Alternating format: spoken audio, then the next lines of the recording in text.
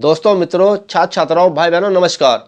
आपका मेरे चैनल पर स्वागत है। मैं आपके लिए वायरल पेपर अर्थात कक्षा 10 का गणित का वायरल पेपर लेकर आया हूं। आप इसे भली बात देखिए, आपके 95 प्लस जो है मार्क्स पक्का हो जाएंगे। शर्त है कि आप जो है आखिर तक वीडियो को देखें। चलते हैं, देखिए, कक्षा 10 गणित का पेपर है आपका 21 फरवरी को है। समय जो है 3 घंटा 15 मिनट है। तो 15 मिनट आपको जो है बहुत ध्यान से पढ़ना है और फिर उसको हल करना है। देखिए 21 फरवरी को इसमें बहुत कुछ आएगा। आज रात बस इस वीडियो को देख लो, पेपर बहुत ही अच्छा होगा। आपका 95% जो है पक्का, एकदम पक्का। वीडियो को अंत तक जरूर देखें और सब्सक्राइब जरूर करें। देखते हैं, चलते हैं। देखिए ये वायरल पेपर है, इसकी ओर देखते हैं। 2023 कक्षा 10 विषय गणित, पूर्णांक जो है 70 का है। समय 3 घंटे 15 मिनट है। देखिए पहले निर्देश दिए गए हैं। प्रारंभ के 15 मिनट परीक्षार्थियों को प्रश्न पत्र पढ़ने के लिए निर्धारित है। सामान्य निर्देश पढ़ते हैं। देखिए नंबर 1, सभी प्रश्न अनिवार्य है। नंबर 2, इस प्रश्न पत्र के 2 खंड है, 2 खंड में आएगा ये। फिर नंबर 3, खंड ए में 20 अंक के और 20 प्रश्न बहुकल्पीय हैं, जिनके उत्तर OMR शीट पर देने हैं। नंबर 4 देखिए, OMR पर उत्तर अंकित किए जाने के पश्चात उसे काटे नहीं तथा इरेजर, व्हाइटनर आदि का प्रयोग न करें। बिल्कुल मनाही है, एकदम समझ लिया, जो लिख दिया लिख दिया। सोच विचार के लिखिए। नंबर 5, दूसरा खंड ब में 50 अंक के वर्णात्मक प्रश्न है, जिनका आपको हल करना है जिन्हें। नंबर 6, इस खंड में कुल 5 प्रश्न हैं। देखिए नंबर 7, प्रत्येक प्रश्न के प्रारंभ में स्पष्टतः लिख दिया गया है कि उसके कितने खंड करने हैं। नंबर 8, प्रश्नों के अंक उनके सम्मुख अंकित हैं। प्रथम प्रश्न से आरंभ कीजिए और अंत तक करते जाइए, उस पर समय नष्ट मत कीजिए। जो आपको आता है उसे अच्छे प्रकार से सोच विचार करें। खंड ए देखिए, बहुविकल्पीय है। ये देखिए नंबर 1 है, एक परिमेय संख्या का दशमलव प्रसार सदैव होता है। तो देखिए विकल्प फर्स्ट है अशांत और सेकंड है शांत। नंबर 3 पे है उपयुक्त दोनों। नंबर 4 पे है इनमें से कोई नहीं। तो इसका उत्तर हो जाएगा शांत। ये सेकंड जो है, सेकंड विकल्प जो है, ये हो जाएगा उत्तर इसका। देखिए नंबर 2, एक शून्येतर परिमेय संख्या और एक अपरिमेय संख्या का गुणनफल होता है। पहले विकल्प देखते हैं। नंबर 1, सदैव अपरिमेय संख्या। नंबर 2, सदैव परिमेय संख्या। नंबर 3 है परिमेय या अपरिमेय संख्या। नंबर 4 है 1। तो इसका उत्तर हमारा जो है ये हो जाएगा सदैव अपरिमेय संख्या। नंबर 3 देखते हैं। रेखाओं x बराबर 0 और 2x जमा 3y बराबर 12 का प्रतिच्छेद बिंदु है। विकल्प पहला है 4 और 0, फिर है सेकंड है 0 और 4, फिर थर्ड है 0 -4 और चौथा है -4 और 0। तो इसका उत्तर हो जाएगा हमारा 0 और 4। ये सेकंड जो है, ये सेकंड विकल्प जो है, ये हमारा उत्तर हो जाएगा। नंबर 4 की ओर बढ़ते हैं। वह सबसे बड़ी संख्या जिससे 70 और 125 को विभाजित करने पर क्रमशः शेषफल 5 और 8 प्राप्त होता है। देखिए पहला विकल्प है 13, दूसरा विकल्प है 65, तीसरा विकल्प है 875 और चौथा विकल्प है 1750। तो ये जो है हमारा पहला विकल्प यानी कि 13 उत्तर हमारा सही हो जाएगा। अगला क्वेश्चन देखते हैं। 5वां क्वेश्चन, समीकरण 2x + ay बराबर 1 तथा 3x - 5y बराबर 7 का कोई भी हल नहीं होगा यदि a का मान होगा। तो पहला विकल्प है 3/10, दूसरा है -3/10 और तीसरा है -10/3 और चौथा है 10/3। तो इसका जो है हमारा हो जाएगा -10/3, अर्थात विकल्प नंबर जो 3 है वो हमारा उत्तर हो जाएगा। नंबर 6, दी घात समीकरण 2x की 2 - 4x + 3 बराबर 0 के बारे में निम्न कथनों पर विचार कीजिए। ए है, दिए गए समीकरण का विविक्तर 0 से कम है। बी, समीकरण के कोई मूल वास्तविक नहीं है। सी, समीकरण का विविक्तर 0 है। डी, समीकरण के मूल वास्तविक है। आपका उत्तर ए और बी हो जाएगा। जो पीछे दिया हुआ है उसको देखते हैं। देखिए उत्तर हमारा ए और बी यानी कि फर्स्ट जो है हमारा उत्तर ये सही हो जाएगा। अब आगे चलते हैं क्वेश्चन 7 की तरफ। AOBC एक आयत है जिसके 3 शीर्ष A03, O03 और B5 और 0 है। इसका विकर्ण है। देखिए पहला जो विकल्प है 5 है, दूसरा विकल्प 3 है और तीसरा विकल्प √34 है और चौथा 4 है। तो हमारा जो है ये हो जाएगा विकल्प 3 सही, √34। ये देखिए आगे चलते हैं 8वें क्वेश्चन की ओर। यदि समीकरण x³ + kx - 5/4 = 0 का एक मूल 1/2 है तो k का मान है। पहला विकल्प देखिए हमारा क्या है, पहले विकल्प में 2 है, दूसरे विकल्प में -2 है, तीसरे विकल्प में 1/4 है और चौथे विकल्प में 1/2 है। तो हमारा उत्तर जो है पहला हो जाएगा, विकल्प नंबर 1 ही हो जाएगा, 2। आगे चलते हैं 9वां। दो त्रिभुज समरूप होते हैं। नंबर 1 यदि इनके संगत कोण बराबर हो। नंबर 2 इनकी संगत भुजाएं एक ही अनुपात अर्थात समानुपाती में होती है। नंबर 3 उपयुक्त दोनों। नंबर 4 है इनमें से कोई नहीं। तो दो त्रिभुज समरूप होते हैं तो इसमें से हमारा उत्तर हो जाएगा उपयुक्त दोनों, ये हो जाएगा। क्वेश्चन नंबर 10 यदि एक समकोण त्रिभुज ABC में कोण C बराबर 90 डिग्री, AC बराबर 3 सेंटीमीटर और BC बराबर 4 सेंटीमीटर है तो बिंदु C से जाने वाली माध्यिका की माप है। देखिए पहला विकल्प है 2.5 सेंटीमीटर, दूसरा विकल्प है 3 सेंटीमीटर, तीसरा विकल्प है 3.5 सेंटीमीटर और चौथा है 4 सेंटीमीटर। तो इसका हमारा विकल्प जो है पहला यानी कि 2.25 सेंटीमीटर, ये ठीक हो जाएगा। अगला क्वेश्चन देखते हैं हम। एक समचतुर्भुज के विकर्णों की लंबाई 16 सेंटीमीटर और 12 सेंटीमीटर है। इस अर्थात तब इस समचतुर्भुज की भुजा की लंबाई है। पहला विकल्प है 9 सेंटीमीटर, दूसरा विकल्प 10 सेंटीमीटर और तीसरा विकल्प है 8 सेंटीमीटर, चौथा विकल्प है 20 सेंटीमीटर। तो हमारा इसका उत्तर हो जाएगा 10 सेंटीमीटर, यानी कि सेकंड जो विकल्प है ये उत्तर हो जाएगा हमारा। आगे चलते हैं 12वां क्वेश्चन। दो समरूप त्रिभुजों की भुजाएं 4:9 के अनुपात में है। इन त्रिभुजों के क्षेत्रफलों का अनुपात हो। पहला विकल्प है 2:3 और दूसरा विकल्प है 4:9 और तीसरा विकल्प है 81:16 और चौथा है हमारा 16:81। तो इसका हमारा जो है ये विकल्प 4 से हो जाएगा, 16:81। देखिए अगला क्वेश्चन देखते हैं।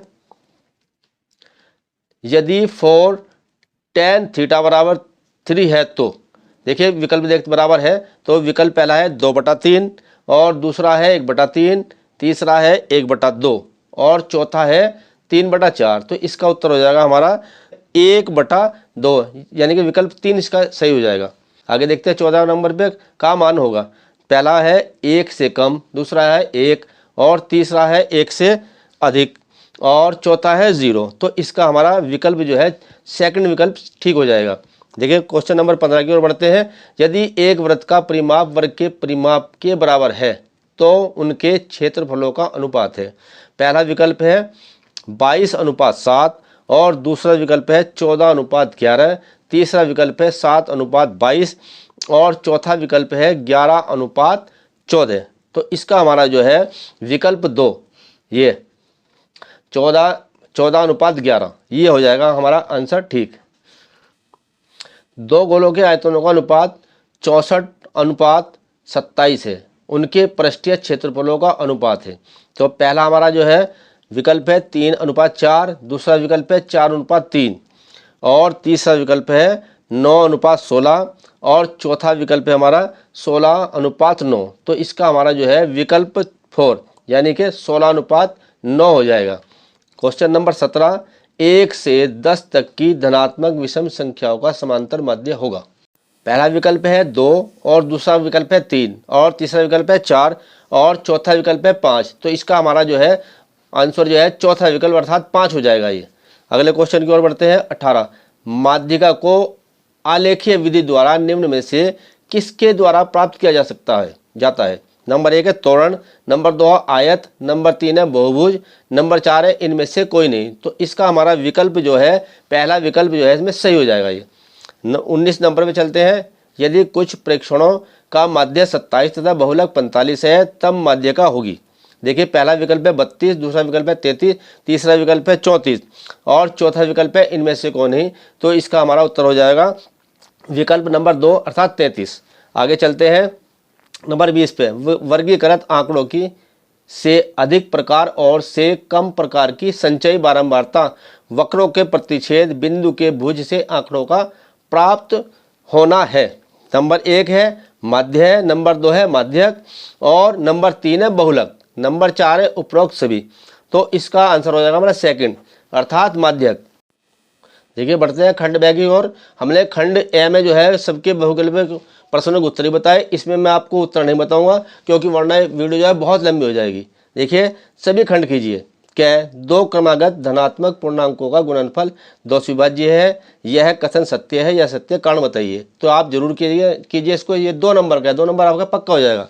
खैर देखिए यदि कोट थीटा बराबर 7/8 तो 1 plus sine theta into 1 minus sine theta upon 1 plus cos theta into 1 minus cos theta का मान निकालिए। तो ये भी आपका 2 नंबर पक्का हो जाएगा। आगे चलते हैं। गए एक शंकुआकार बर्तन जिसका आंतरिक व्यास 10 सेंटीमीटर, ऊंचाई 24 सेंटीमीटर है, पानी से भरा है। पानी को एक बेलनाकार बर्तन जिसका आंतरिक व्यास 20 सेंटीमीटर है में डाला जाता है। बेलनाकार पात्र में डाले गए पानी की ऊंचाई ज्ञात कीजिए। ये देखिए घ निम्न आंकड़ों का समांतर माध्य ज्ञात कीजिए।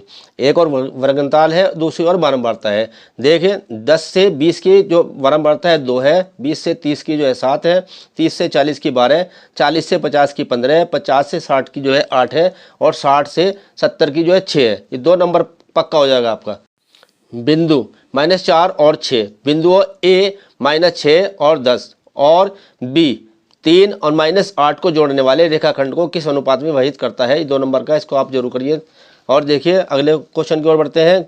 के का मान ज्ञात कीजिए यदि बिंदु ए का 2 और 3, बी का 4 के और सी का है 6 - 3 सरेखी है। ये बहुत इंपॉर्टेंट है, इसको आप अवश्य करिए। देखिए नंबर 2 में देखिए निम्नलिखित में से किन्हीं 5 खंडों को हल कीजिए। क्या है? ग्राफ द्वारा जांच कीजिए कि रैखिक समीकरण युग्म 2x + y - 6 बराबर जो है 0, 4x - 2y - 4 बराबर 0 संगत है। यदि ऐसा है तो ग्राफीय विधि द्वारा हल ज्ञात कीजिए।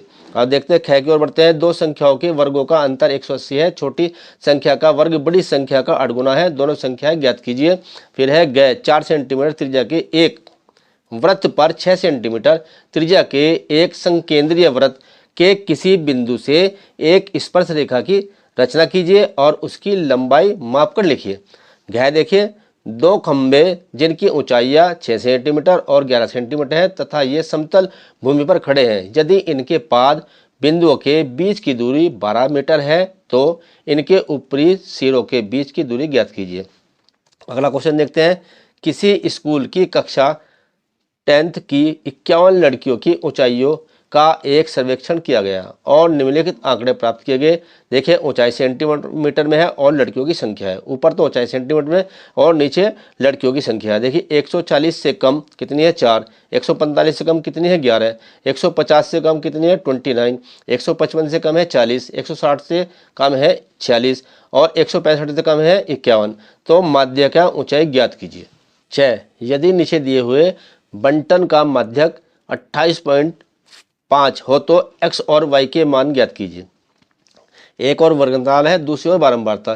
0 से 10 जो है 5 है, 10 से 20 तक x है और 20 से 30 तक 20 है, 30 से 40 तक जो है 15 है और 40 से 50 तक y है, 50 से 60 तक जो है 5 है। ये 4 नंबर का क्वेश्चन है आपका। आगे क्वेश्चन बढ़ते हैं। ये 6 नंबर के हैं। निम्नलिखित समीकरणों के युग्मों को रैखिक समीकरणों के युग्म में बदल करके हल कीजिए। देखिए 10/x + y और फिर प्लस 2/x - y बराबर 4। देखिए 15/x + y और माइनस 5/x - y बराबर -2 अथवा 3 वर्ष पूर्व रहमान की आयु वर्षों में का व्युत्क्रम और अब से 5 वर्ष पश्चात आयु के व्युत्क्रम का योग 1/3 है। उसकी वर्तमान आयु ज्ञात कीजिए। ये 6 नंबर का क्वेश्चन है। फिर आगे चलते हैं। नंबर 4 पे एक बहुमंजिल भवन के शिखर से देखने पर एक 8 मीटर ऊंचे भवन के शिखर और तल के अवनमन कोण क्रम से 30 डिग्री और 45 डिग्री है। बहुमंजिल भवन की ऊंचाई और 2 भवनों के बीच की दूरी ज्ञात कीजिए। अथवा भूमि के एक बिंदु P से 1 मीटर ऊंचे भवन के शिखर का उन्नयन कोण 30 डिग्री है। भवन के शिखर पर एक ध्वज को लहराया गया है और P से ध्वज के शिखर का उन्नयन कोण 45 डिग्री है। ध्वज दंड की लंबाई और बिंदु P से भवन की दूरी ज्ञात कीजिए। √3 बराबर 1.732 है। तो ये 6 नंबर का क्वेश्चन है। क्वेश्चन नंबर 5 की ओर बढ़ते हैं। एक बर्तन एक उल्टे शंकु के आकार का है। इसकी ऊंचाई 8 सेंटीमीटर है और इसके ऊपरी जो खुला हुआ है सिरे की त्रिज्या 5 सेंटीमीटर है। यह ऊपर तक पानी से भरा हुआ है। जब इस बर्तन में शीशे की कुछ गोलियां जिनमें प्रत्येक 0.5 सेंटीमीटर त्रिज्या वाला एक गोला है डाली जाती है तो इसमें से भरे हुए पानी का 1/4 भाग बाहर निकल जाता है। बर्तन में डाली गई शीशे की गोलियों की संख्या ज्ञात कीजिए।